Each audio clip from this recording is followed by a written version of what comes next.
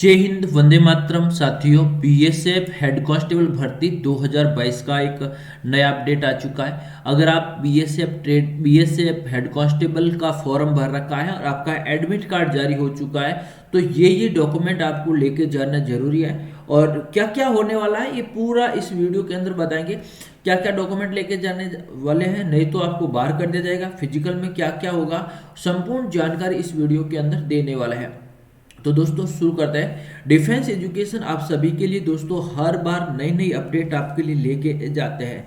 दोस्तों मैं आपको सबसे पहले आपको बता देता हूं, अगर आप बीएसएफ एचसी के अंदर दोस्तों एक तो आपका है स्टोनोग्राफर का, क्या है स्टोनोग्राफर का है, और एक आप है एलडीसी का है। ये दो पोस्टों के ऊपर जो वैकेंसी है उनके बारे में मैं आपको चर्चा करूंगा। तो वीडियो शुरू से लेकर एंड तक देखेंगे, तब आपको इसके बारे में पूरी जानकारी पता चल जाएगी और क्या क्या डॉक्यूमेंट चाहिए, क्या क्या अपडेट चाहिए। और अगर आप एक डॉक्यूमेंट नहीं लेके गए ना, तो आप बिल्कुल बाहर हो जाओगे। ये हमारी पूरी की पूरी मैं आपको बता देता हूँ। फिर आप मेरे को ये मत बोलिए सर आपने बताया नहीं है। और दोस्तों अधिक जानकारी के लिए 9461041363 है, ये हमारे पर्सनल नंबर है। इस पर्सनल नंबर पे व्हाट्सएप कर लीजिए।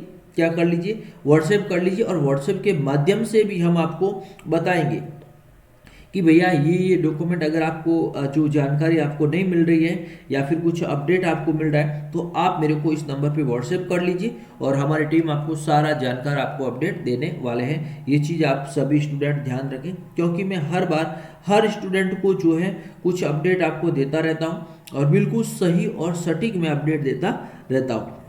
तो चलिए बताते हैं। सबसे पहले दोस्तों, सबसे पहले आपका एडमिट कार्ड क्या है दोस्तों। एडमिट कार्ड जो आपने जारी कर लिया होगा या आपने निकाल लिया होगा, admit card. Number 2, admit card के बाद आधार कार्ड। आधार कार्ड नहीं है तो पैन कार्ड। पैन कार्ड नहीं है तो लाइसेंस।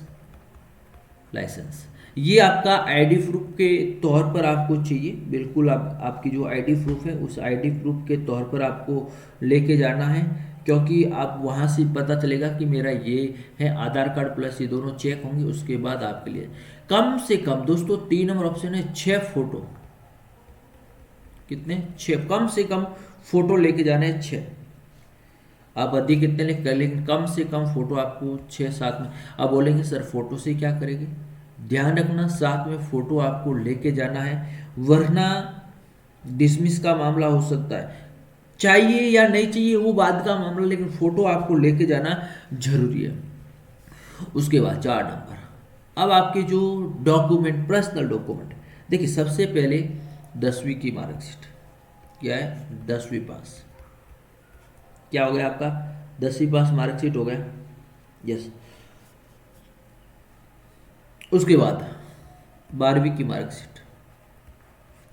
ये दोनों मार्कशीट आपको, क्योंकि जो है 10+2 12वीं के पास आपने फॉर्म भरा है, तो ये चीज़ आपको ध्यान रखनी है। 2 चीज़ें तो आपको ध्यान रखनी है, 10वीं की मार्कशीट, 10वीं की मार्कशीट के साथ साथ तुम्हें 12वीं की मार्कशीट ये आपको लेके जाना है। क्लियर? अब जो तीसरा जो पांचवा जो प्रमुख पॉइंट होता है वो होता है दोस्तों ओबीसी, जनरल, एससी, एसटी। दोस्तों जनरल कैटेगरी वालों को तो कुछ नहीं करना है, ईडब्ल्यूएस। ये 1 2 3 4, इन चारों को कास्ट सर्टिफिकेट यानी जाति प्रमाण पत्र ये लेके जाना जरूरी है भैया। अगर आप ये भी सेंटर का, कौन सा सेंटर का होना जरूरी है। सेंटर, अगर आप राज्य का, ये कोई भी अगर राज्य का लेकर जाएंगे तो आपको बाहर कर दिया जाएगा, बिल्कुल बाहर कर दिया जाएगा। अगर बाहर नहीं करेंगे तो आपको किस कैटेगरी में डाल देंगे? जनरल की कैटेगरी के अंदर डाल देंगे। 100% बोल रहा हूँ दोस्तों। आप मेरे को व्हाट्सएप करेंगे तो भी मैं आपको यही चीज़ बताने वाला हूँ, आप पूरा देखेंगे तो भी यही चीज़ मैं आपको बताने वाला हूँ। जिसके पास में जैसे मान लीजिए ओबीसी, सबसे ज़्यादा जो स्टूडेंट बाहर किस में निकलते हैं? ओबीसी वाले और एससी वाले और एसटी वाले, क्योंकि इसमें जो इसमें राज्य सरकार का भी जो ओबीसी सर्टिफिकेट होता है और सेंटर का भी होगा, सेंटर का भी होगा। अब बच्चे राज्य वाले लेके जाते हैं, लेकिन राज्य वाला नहीं लेकर सेंटर वाला लेके जाना है। ये भी 6 माह से पुराना नहीं होना, अधिक पुराना नहीं। ये नहीं देख लीजिए आप 12 ही नहीं, अगस्त में बना हुआ, कब, अगस्त के अंदर बना हुआ होना चाहिए। अगस्त सितंबर अक्टूबर नवंबर दिसंबर, लगभग 5 महीने हो गए। यस, जिसका सेंटर ओबीसी, दोस्तों जिसका सेंटर ओबीसी अगस्त महीने में बना है, या फिर एससी एसटी का जाति का भी ये भी अगस्त महीने के अंदर बना है, तो आप लेके जाइए, कोई दिक्कत नहीं। आप आराम से वहाँ से आपको ध्यान में रखना है, ये चीज़ें तो आपके लेके जानी है, नहीं तो आप बाहर आउट हो जाओगे। कहने की जरूरत नहीं, वहाँ पर सीधा आपको फॉर्म भरा दे देगा। फॉर्म भरने के बाद आप सीधा बाहर आ जाओ भैया, क्या जो बाहर आ जाओ, ये सीधा बाहर कर दिया जाएगा। फिर आप कुछ भी नहीं कर पाओगे, कुछ भी नहीं कर पाओगे। क्लियर, ये तो हो गया। अब आपका फिजिकल क्या है, फिजिकल में आपकी जाते ही आपकी ऊंचाई नापी जाएगी, ऊंचाई लंबाई, आपकी लंबाई। यस, जाते ही इस प्रकार से एक लगा रहता है, वहाँ से स्केल है, उसके अंदर से आपको निकलना है। टच हो गया तो अंदर जाओगे, और अगर टच नहीं हुआ तो आप बाहर आ जाओगे। सबसे पहले आपकी हाइट होनी जरूरी है। क्या होनी चाहिए, हाइट। दौड़ नहीं होगी, दौड़ है ना, दौड़ तो होगी नहीं, आपकी ध्यान, इस हेड कांस्टेबल के अंदर दौड़ नहीं होगी भाई, दौड़ आपकी होगी नहीं। क्या है, दौड़ना तो आपका है ही नहीं है।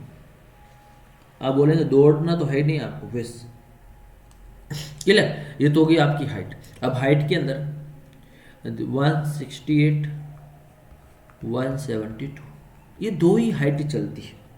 अब कोई भी ले लो वैकेंसी, कोई भी आप ले लो, एसएससी की ले लो, जीडी की ले लो, आपकी हाइट यही चलने वाली है।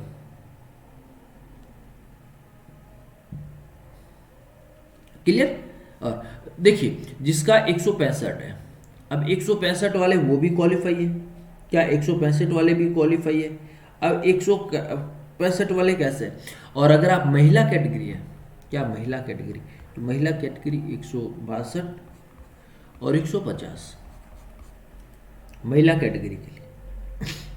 यस, देखिए वापस देखिए, ध्यान रखना। Physical general category, OBC, SC, ST. General category वाले हाइट की बात करें तो ध्यान रखें, वेरी कोई इतना हार्ड है नहीं है। और देखिए इसमें 162, इसमें देखिए जो पहाड़ी इलाका है, क्या है, पहाड़ी इलाका, पहाड़ी इलाके में ये होनी चाहिए। यस, और बाकी पुरुषों हैं 165 से लेकर 168 के बीच, पुरुषों की बात करें।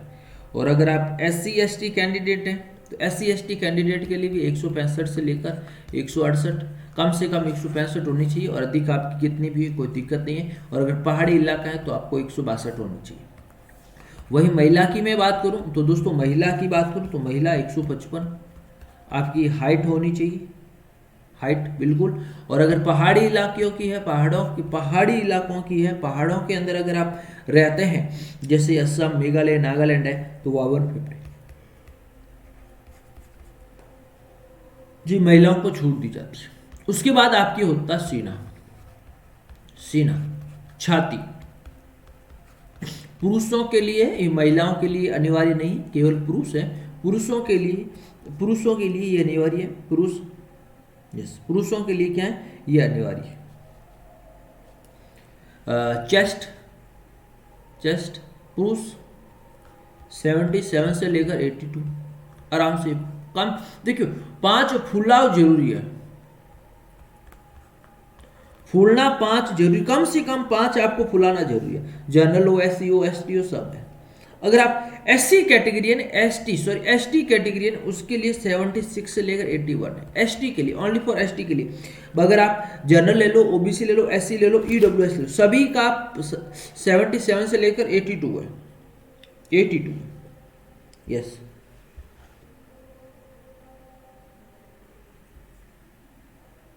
ये चीज़ें आपको ध्यान में रखनी भैया।